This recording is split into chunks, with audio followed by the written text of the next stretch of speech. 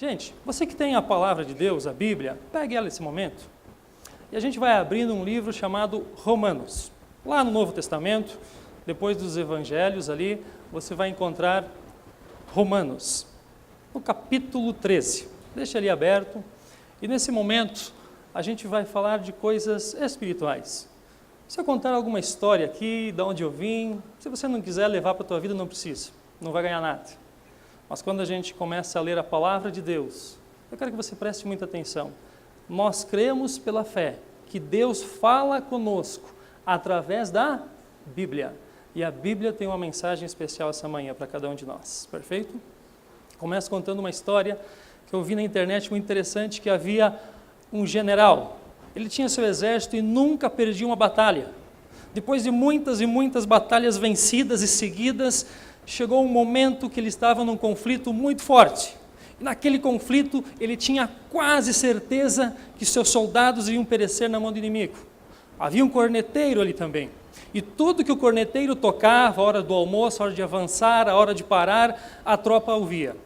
Aquele comandante chegou assim para o corneteiro e disse: toque o som de recuar, porque eu creio que a gente vai perder essa batalha.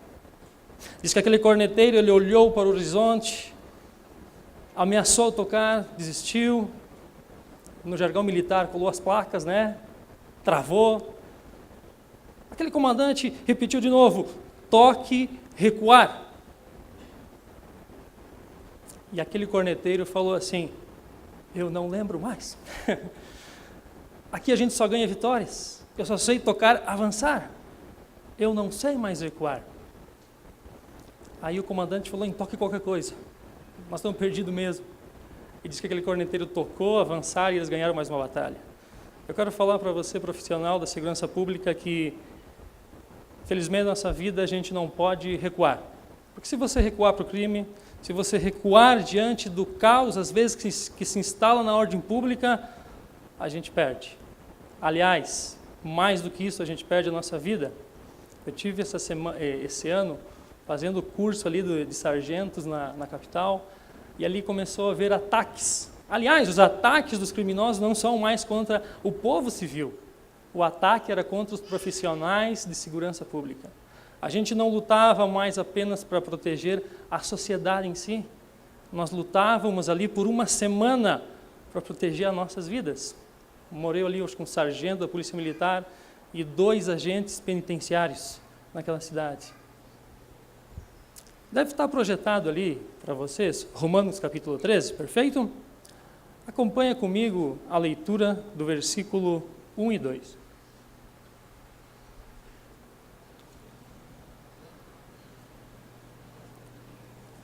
Romanos capítulo 13, versículo 1 e 2. Todo homem esteja sujeito às autoridades superiores, porque não há autoridade que não proceda de Deus, e as autoridades que existem foram por ele instituídas, de modo que aquele que se opõe à autoridade resiste o quê? À ordenação de Deus, e os que resistem trarão sobre si mesmo a condenação.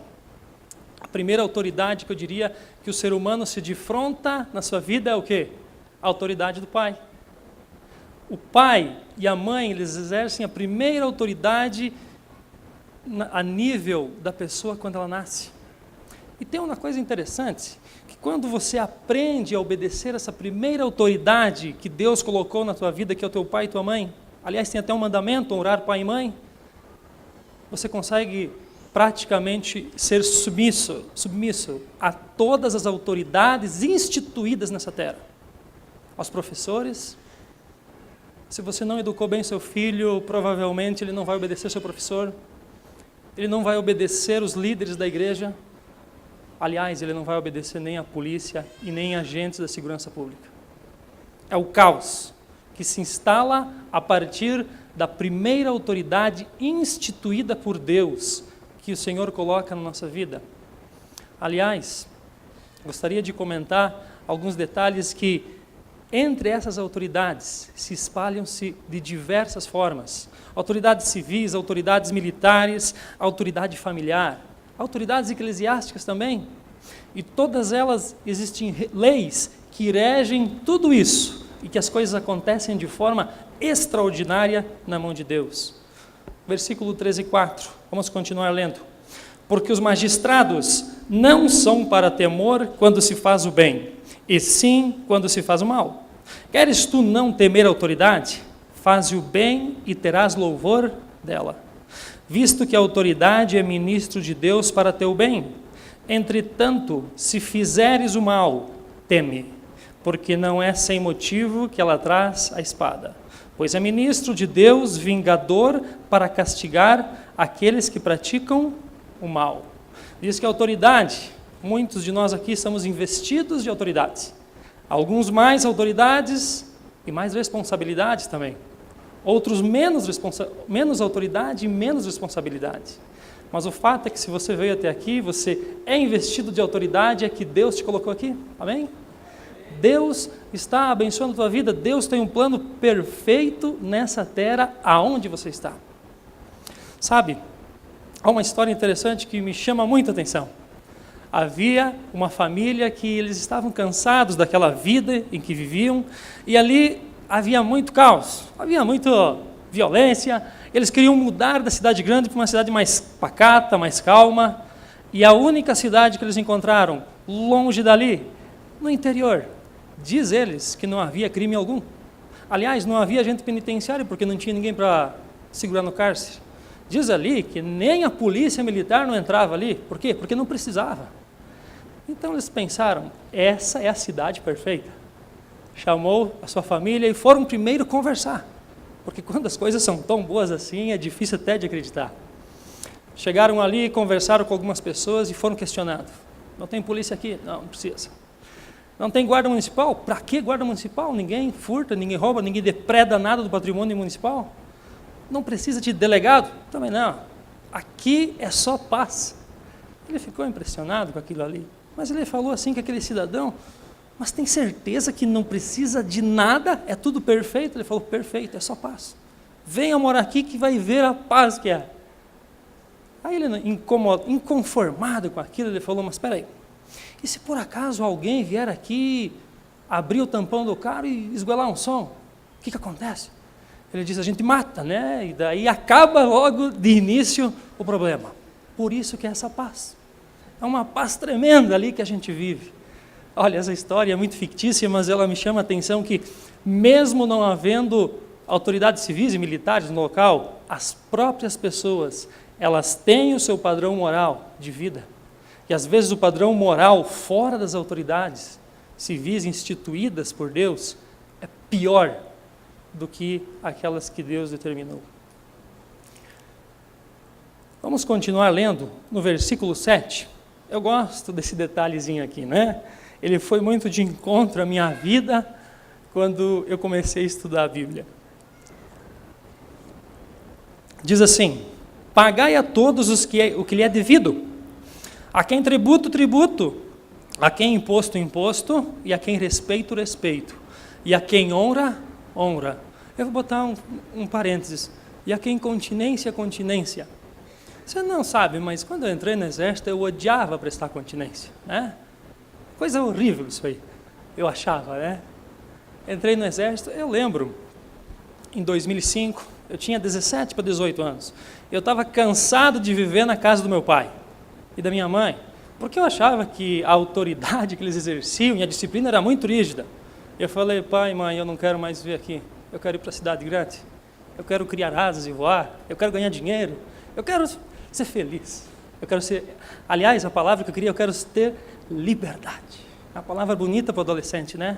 Aliás, adolescente indo para o adulto, liberdade. E daí você vê na TV assim, as propagandas do exército, um cara descendo o rapel, um outro andando de helicóptero. Eu falei, é isso que eu quero, é isso, cara. Chega de viver nessa vida aqui, ali vai ser legal, ali é liberdade. E às vezes as propagandas, elas não são bem aquilo, né? Quem serviu o exército sabe que tem que ralar muito para chegar lá. Eu lembro que meu pai me deixou em São Miguel do Oeste, na frente do 14º Regimento de Cavalaria. Olhei uns soldados ali em guarda, outro com fuzil, me interessou aquele fuzil, eu falei, é meu, daqui uns dias eu pego aquela coisa, gostei daquele negócio. Eu cheguei para me apresentar na guarda, eles falaram assim, bota a camiseta dentro da calça. Ah, tudo bem, vamos colocar, né? Se a regra é essa, não dá nada. Botei a camiseta dentro da calça, ele falou, conscrito, nem recruta me chamou de conscrito. Você não fez a barba não para vir aí? Eu falei, mas eu nem barba não tenho. Né? Ele falou, tem que fazer para criar barba, tem que fazer. Tudo bem, desculpa, essa vez foi mal, senhor. Falei, você? Ele falou, aqui é sim senhor e não senhor. E eu já dei um passo para trás, eu pensei, eita, nós, né? Onde é que vão se meter? Eu pensei, eu estou com tanta busca de liberdade, de cara, os caras já parece que não gostaram muito de mim. Sabe, foi uma época mais difícil da minha vida. Eu sou homem, eu não sou muito de chorar, mas eu lembro que naquela semana eu chorei sozinho. E a minha mãe me ligava e dizia, tá bem aí? Eu falei, maravilhoso. Na segunda semana eu falei, mãe do céu, me tira daqui, eu não aguento mais. Só que daí exército é ano obrigatório. Fui conversar com o pessoal lá, teve que ficar um ano aqui. Eu falei, eita. Chegou o meio-dia, eu falei, pelo menos agora ao meio-dia vamos comer bem. Chegamos ali no exército, uma fila. O exército de São Miguel tem uns 800 militares, tudo mais antigo que você. Você é o último a comer. Entramos numa fila, sol, 20 minutos no sol, vamos comer. Eu vou botar um detalhezinho que eu vivi em 2005, quando entrei no exército. É claro que mudou muito lá. Veio um tenente-coronel Matsuda, hoje deve ser general. Ele mudou muito e ali ficou bem melhor a questão da comida. Mas quando eu cheguei, uma bandeja enorme, o arroz era em bloco. Não sei se você já comeu bloco de arroz. Eles botavam um bloquinho de arroz. O feijão, eu lembro que se você passasse uma concha muito por cima, só vinha água. E se afundava, vinha pedrinhas. Então, eu descobri depois de uma semana que tinha que ser a concha do feijão milimetricamente, nem muito fundo, nem muito alto, para você pegar exatamente o feijão. A carne a gente chamava no exército que existiam duas coisas, né? A carne de monstro e a galinha explodida. Eu vou explicar para vocês. O que a gente dizia que era carne de monstro? A gente chegava com a bandeja, a gente imagina que eles mataram um monstro ali, porque eu nunca vi tanto nervo naquele negócio. Eles pegavam um pedaço de nervo que jogavam na bandeja e ficava tremendo assim, né? Carne de monstro a gente chamava, né?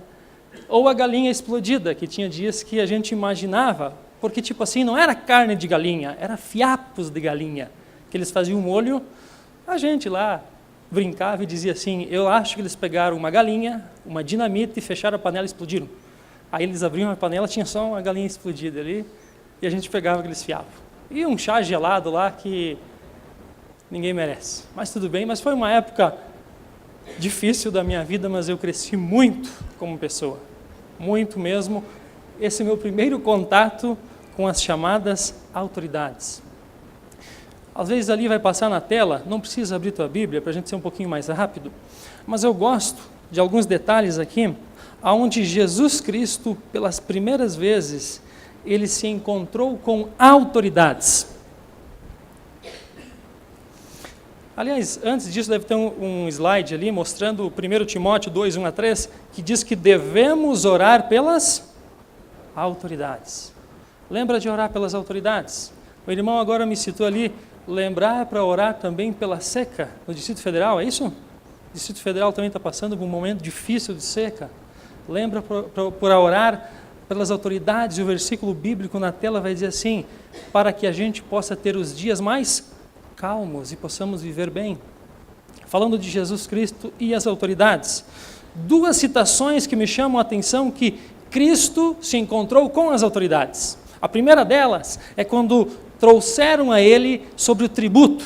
Pagava-se muito imposto na época e diziam assim, olha, será que um cristão, alguém que serve a Deus, deve pagar tributo, pagar impostos? Aí Jesus Cristo, ele pede para pegar uma moeda daquelas ali, uma dracma, e diz assim, o que está escrito, que desenho, que esfinge tem nessa moeda? De César. E a grande palavra de Cristo, Mateus 22, 31, dai a César o que é de César e a Deus o que é de Deus. Palavras fantásticas da boca do Criador. As pessoas não sabem às vezes o que é de César, das autoridades, a obediência, e talvez não entendem nem o que é de Deus. Precisamos entender esse conceito bem aprofundado. Um outro detalhe, quando Jesus Cristo estava para ser entregue na mão, para ser crucificado, na mão de Pilatos, ali diz também, João 19, 10 e 11 diz assim: não sabeis que eu tenho autoridade, Pilatos falando, para te soltar e te crucificar? Respondeu-lhe Jesus: nenhuma autoridade teria sobre mim, se de cima não fosse dado. Eu gosto de que o próprio Criador, a autoridade suprema divina, em que todos nós devemos ter essa obediência. Aliás, autoridade e obediência, elas se completam. Não existe uma autoridade e os seus subordinados que não tenham essa questão da obediência. E ele diz assim: as autoridades que você, essa manhã veio aqui, foi Deus quem te colocou aí. Alguém vai perguntar assim: quer dizer que se a pessoa ela tem o poder, pode fazer o que bem quiser? Pode tocar o zaralho, como a gente diz lá em Santa Catarina? Fazer o que quiser? Aí vem o detalhe interessante. Lucas 12, 48 na tela diz assim: a quem muito foi dado, muito lhe será cobrado. Você que é soldado, muito foi dado. Aliás, pouco foi dado, mas pouco lhe será cobrado no juízo final. Você que é oficial, muito foi dado, muito lhe será cobrado. Dependendo da jurisdição que você tem sobre si, a cobrança vem maior. A pergunta que eu faço, que nós, autoridades, deveremos fazer é: no que eu estou usando o poder que Deus me conferiu? Será que eu estou usando para benefício da sociedade ou talvez eu estou usando para unicamente benefício próprio? São coisas que nós devemos refletir essa manhã e entender um pouquinho mais o que a Bíblia fala sobre as autoridades que o Senhor nosso Deus nos dá.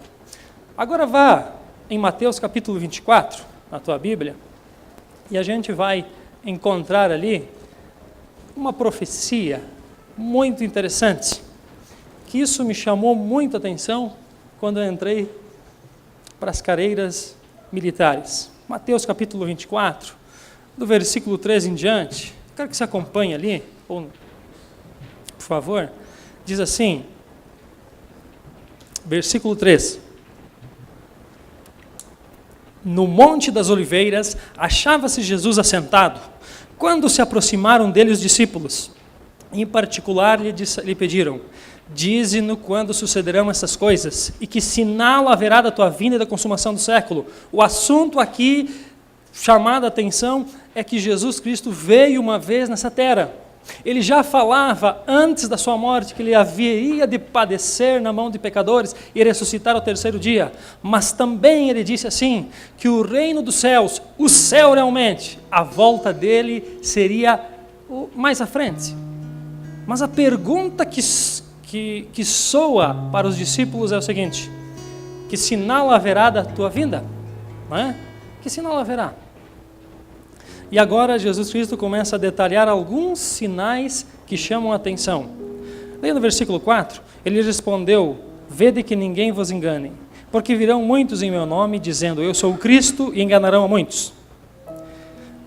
E certamente ouvirei falar de guerras e rumores de guerras. Vede, não vos assustei, porque é necessário assim acontecer, mas ainda não é o fim.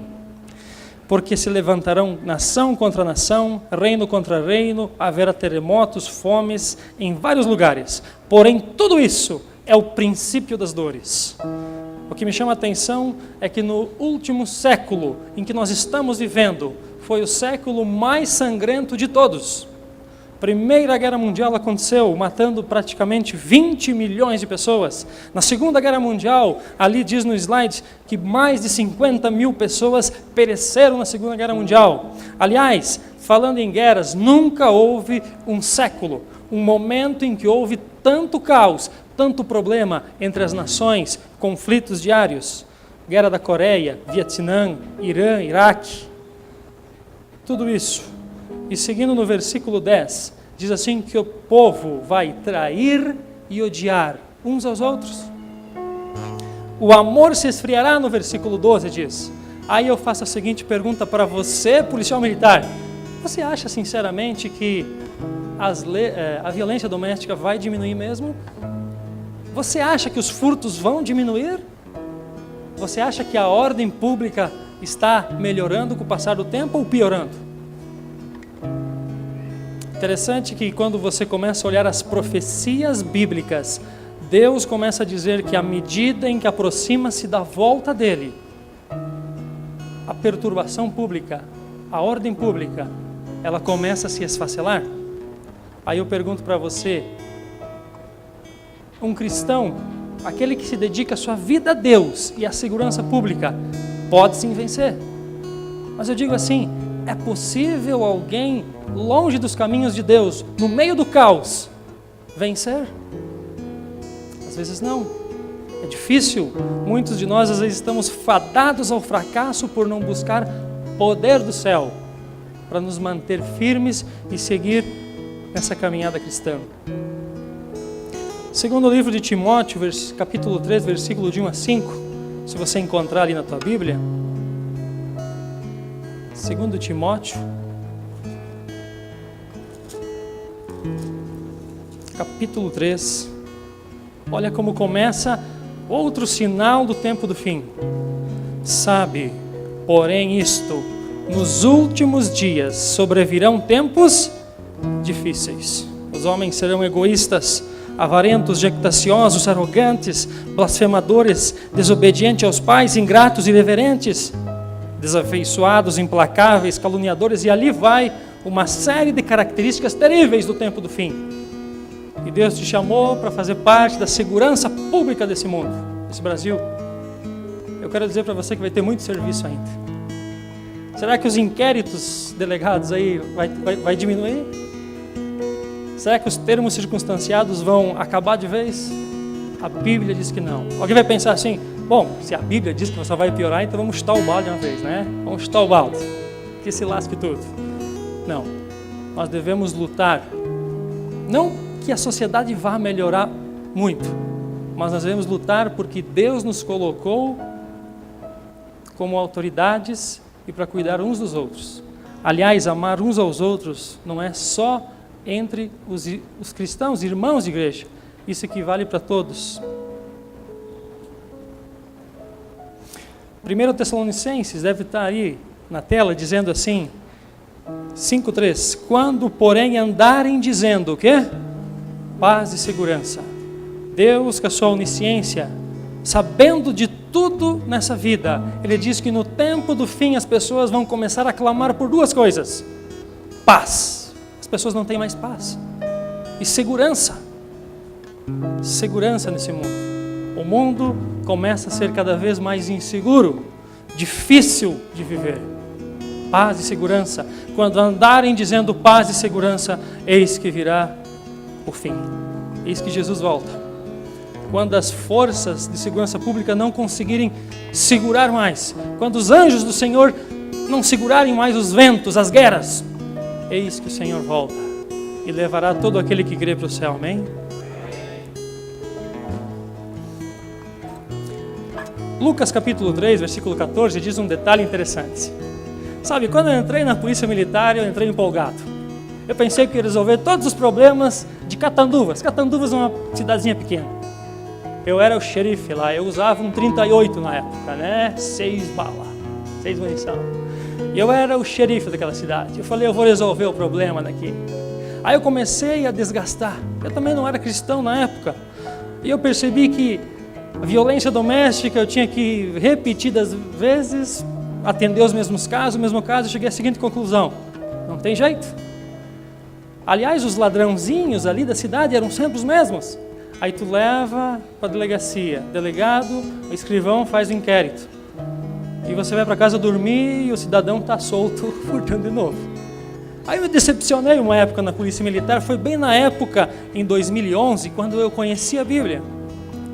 Eu me desanimei tanto, que quando eu comecei a ler Lucas capítulo 3, versículo 14, João Batista, o precursor do Messias, o primo de Jesus, aquele grande profeta que trouxe a grande mensagem de esperança que o Messias estava pronto para ser iniciar o seu ministério na terra, muitas pessoas se aconselharam com esse homem. E diz assim: quando porém andarem... Aliás, esse versículo bíblico eu já li, né? Diz assim, Lucas 3,14: também soldados lhe perguntaram: e nós que faremos? E quando eu li a Bíblia, eu falei: esse sou eu. Eu pensei que João Batista ia dizer assim: olha, chuta o balde, homem, vá fazer uma coisa que presta, homem, que o teu serviço está em vão. Você luta e a violência aumenta. E aquilo me machucava muito. Também soldados lhe perguntaram: e nós que faremos? Ele lhes disse: ninguém maltrateis. Eu estava praticamente envolvido em alguns IPMs ali junto, por lesão corporal, abuso de autoridade, essas coisas que mais tem dentro da segurança pública. Diz mais o quê? Não deis denúncia falsa. E por último, contentai-vos com o soldo. Eu ganhava R$1.300 quando eu entrei na Polícia Militar de Santa Catarina. Houve muitas mudanças, a coisa melhorou lá. Mas eu estava desanimado. Contentai-vos com o vosso soldo. Quando eu entrei na Polícia Militar, eu financiei um carro. E não pagava mais. Aí eu casei com a minha mulher, que é enfermeira, ganhava o dobro quase do que eu. E ela me ajudou a pagar o carro, né? Aí deu certo. Gente, 3 coisas sérias que vai te fazer afastar-se do céu. Maltratar ninguém. Eu estou falando do abuso da autoridade. Eu estou falando da lesão corporal criminosa. Eu não estou falando do escalonamento da força necessária, que é ensinado nas instituições. Não, aquilo está certo. Eu estou falando de maltratar, ou seja, tentar resolver com as suas mãos o que a justiça não quer que você faça. Isso vai te perder o céu. Segundo detalhe, denunciação falsa. Sabe aquele inquérito que falta um detalhe para você encaixar e às vezes dá uma forçadinha? Isso pode e vai te tirar do céu se você não cuidar com isso. E por último, contentai-vos com o vosso soldo. Aqui ninguém é rico. Aliás, quando você entra na segurança pública, ninguém veio para ser rico. Aliás, a cobrança é muito maior do que realmente você recebe. Tem um detalhezinho que eu coloquei ali nos slides, não é? A cada 100, eu falo do contentai-vos do vosso soldo, porque na época o soldado romano, ele ganhava 60 denários por ano. Um denário, segundo a história, diz que era o salário de um trabalhador do dia todo. Ou seja, um trabalhador, se ele trabalhasse 300 dias no ano, ele ganhava 300 denários. O soldado, ele ganhava 60 denários por ano. Isso é o exército romano. Olha que interessante. Contentai-vos com o vosso soldo. Depois de 25 anos servindo o exército romano, eles não podiam casar. Aí depois de passado esse período, eles ganhavam ali um pedacinho de terra e um pouquinho de sal também. Eles sempre ganhavam muito a questão do sal, segundo Roma diz. Não sei se é verdade ou não, sal de soldado. Talvez tenha alguma relação, não sei. Mas interessante que ser soldado romano, segurança pública naquela época também não era para qualquer um. Diz que cada 100 soldados formava uma centúria. Cada 6 centúrias formava uma corte. Cada 10 cortes formava uma legião, que equivalia a 6.000 soldados. Deve estar ali na tela também. Eu só digo isso simplesmente por estar seguindo aqui em Atos capítulo 16, versículo 27 e 31. Não precisa abrir tua Bíblia, porque o nosso tempo avança muito rápido. Ali diz que havia um carcereiro. E ali foi preso Paulo e Silas, homens de Deus, onde as autoridades equivocadamente prenderam ele. E diz que um anjo do Senhor abriu-se as cadeias ali e eles foram libertados. E libertados ali todos, diz assim que aquele carcereiro, aquele agente penitenciário pegou uma espada e ia se suicidar. E Paulo e Silas dizem: não faças isso. Crê no Senhor, nosso Deus, e será salvo tu e tua casa. Eles levaram esperança para esse agente penitenciário.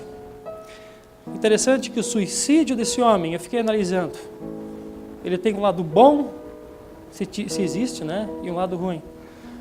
O lado bom, digamos entre parênteses, o lado bom de se suicidar, dá a entender que esse homem era zeloso pelo que fazia. Ele imaginou a vergonha que aconteceria na vida dele, saber que todos aqueles que ele tinha vigilância, os presos, tivessem fugido. E também, ele ia suicidar talvez porque a pena que ele receberia seria muito forte. O segundo detalhe que me chama a atenção, do lado negativo do suicídio, às vezes eu vejo uma pessoa sem esperança. Eu não estou dizendo que quem se suicida não tem Deus, mas há probabilidade. Mostra-se que o suicídio dele é um homem que talvez não tinha esperança, mas Deus vem falar para os agentes penitenciários: há esperança sim. Crê no Senhor nosso Deus e será salvo tu e tua casa. Amém? Atos capítulo 10, versículo 1 e 2, tem na tela também. Diz que havia um centurião que morava em Cesareia. Era um homem de nome Cornélio, da corte italiana. Diz que esse homem não era qualquer um, ele era um centurião. E aquele homem se encontrou com Pedro e diz assim a Bíblia que ele era um homem temente a Deus. Só que o interessante dele é que ele não era qualquer um, ele era um comandante de mais de 100 homens. Talvez eu fale essa manhã para pessoas que têm sob seu comando mais de 50, 100 homens. E Deus diz que para essas pessoas existe salvação? Sim, amém? O interessante também desse homem, Cornélio, é que quando ele encontra Pedro, ele faz o que? Ele se ajoelha e adora Pedro. A Bíblia diz que não devemos adorar os homens. Aliás, o segundo mandamento diz: não se prostrarás a ninguém, não faça imagens para ti. Mas a Bíblia diz que ele era temente a Deus. É possível que muitas pessoas, muitos comandantes, adoram a Deus do jeito que sabe. E Deus aceita essa adoração. Mas Deus não quer só isso de você.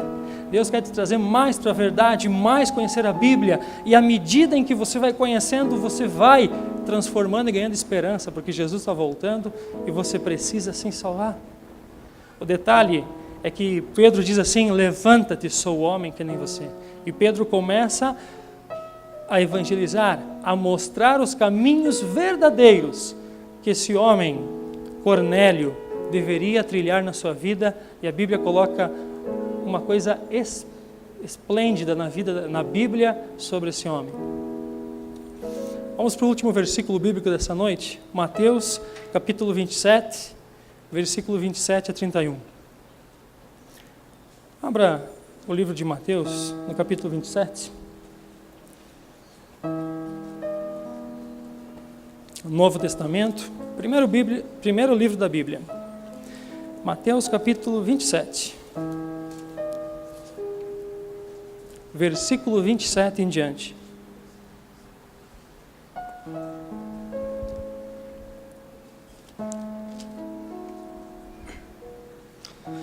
Diz assim: logo a seguir, os soldados do governador, levando Jesus para o pretório, reuniram-se em torno dele toda a corte. O que era uma corte? 6 centúrias, mais ou menos 600 soldados. Não era pouca gente, não. Despojando-os da vestes, cobriram-no com um manto escarlate. Tecendo uma coroa de espinhos, puseram-lhe na cabeça e na mão direita um caniço, e ajoelhando-se diante dele, escarneciam, dizendo: salve, rei dos judeus. Irônicos eles. E cuspiam nele. Tomaram o caniço e davam-lhe com ele na cabeça. Depois de o terem escarnecido, despiram-lhe o manto e o vestiram com as próprias vestes. E em seguida o levaram para ser crucificado. Nós lemos um momento muito negro, muito triste, da vida de aqueles agentes da segurança pública daquela época, onde esses homens escarneceram a Cristo, bateram nele, colocaram uma coroa de espinho.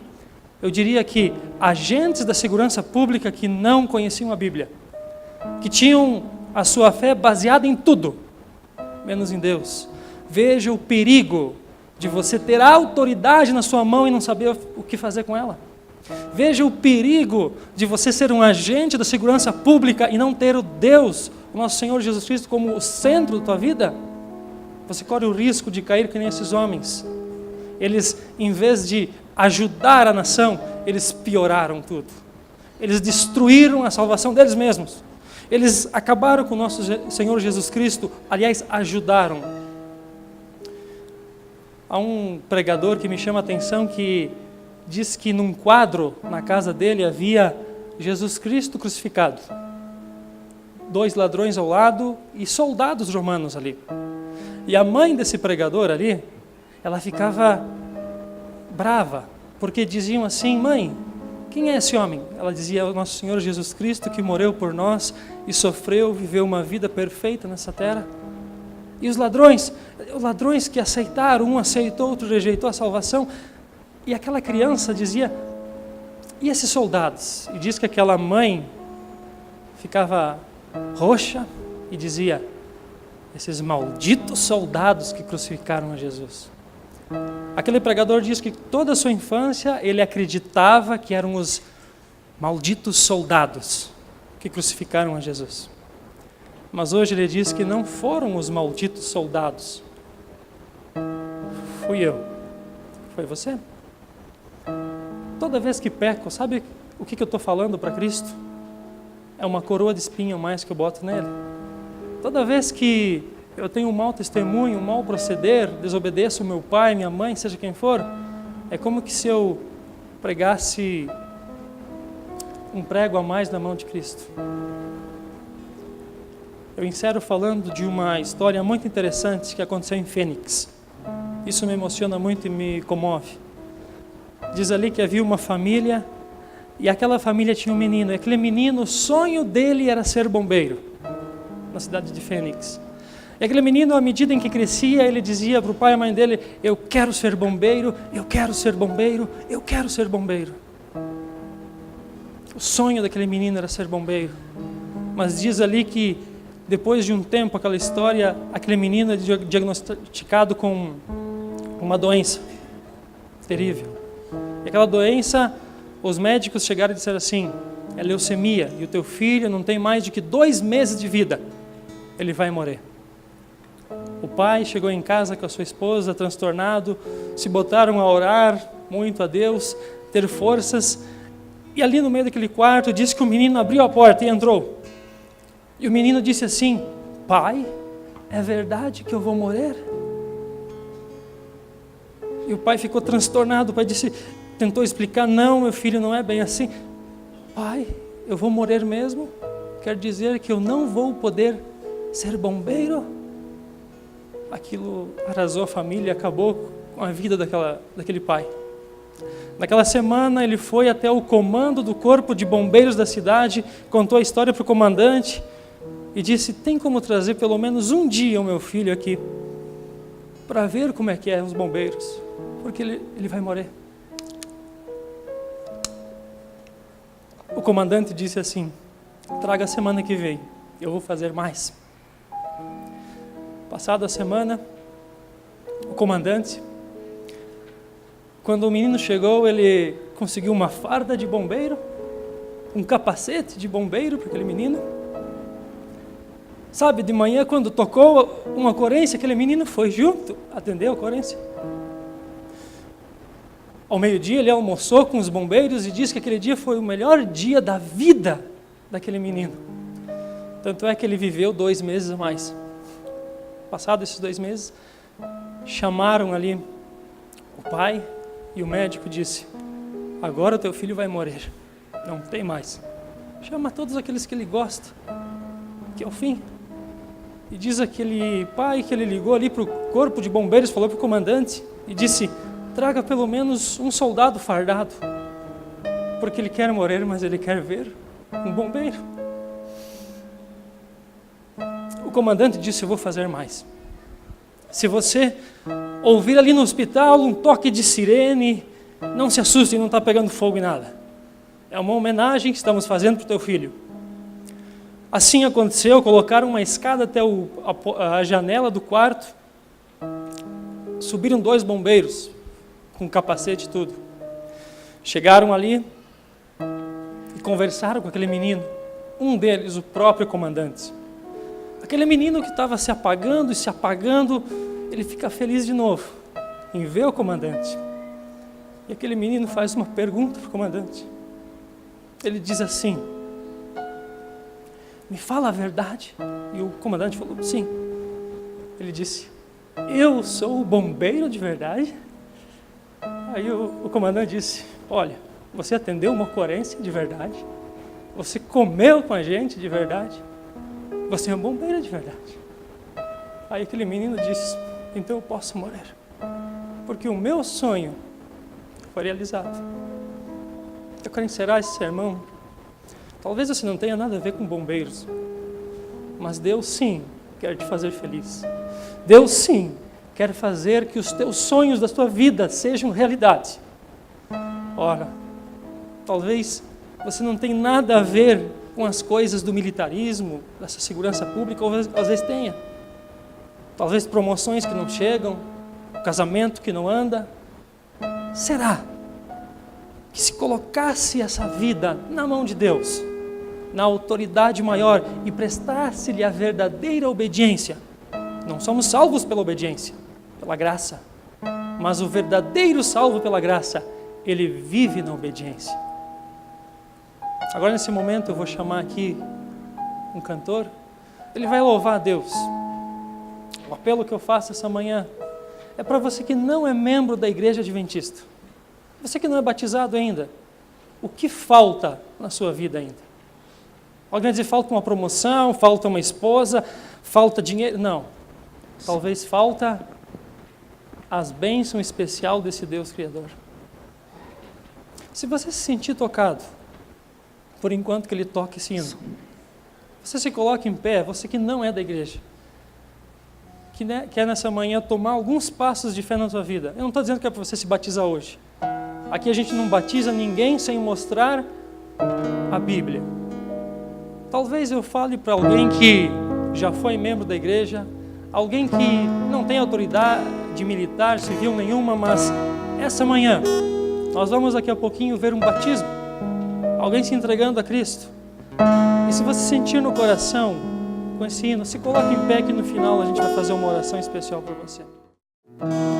Eu não vi o mar se abrir, eu não vi o coxo andar, também não vi gigante cair, mas escolhi confiar.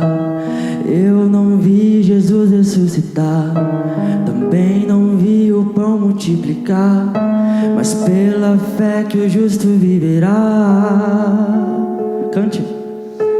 Muitos duvidam e zombam de mim, teu Deus não existe, não vai te ouvir, mas isso não vai me abalar, pois a fé não consiste no que posso ver, mas creio que o impossível vai acontecer. Me ajude a crer. E se o mar não abrir, se o faraó me alcançar, eu não vou desistir, não vou duvidar. E se o gigante não cair, se a fornalha me queimar, mesmo que eu morra aqui, sei que amanhã vou acordar.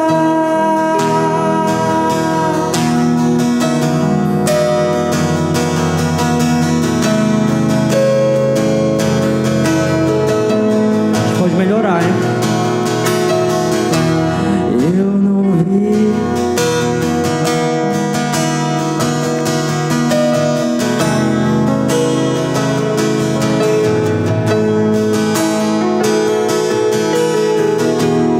Eu não vi Jesus ressuscitar, também não vi o pão multiplicar.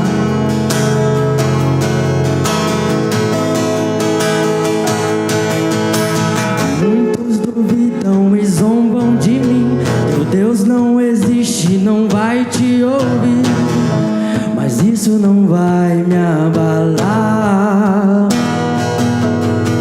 pois a fé não consiste no que posso ver, mas creio que o impossível vai acontecer.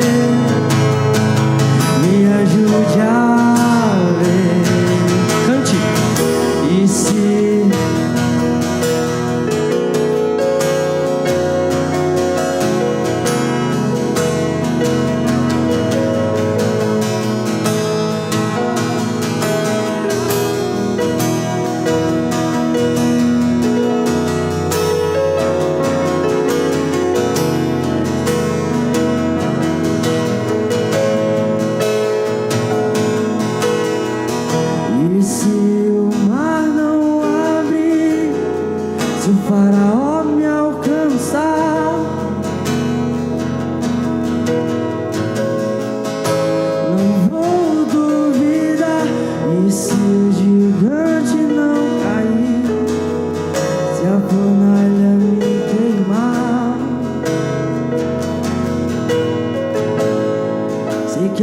não vou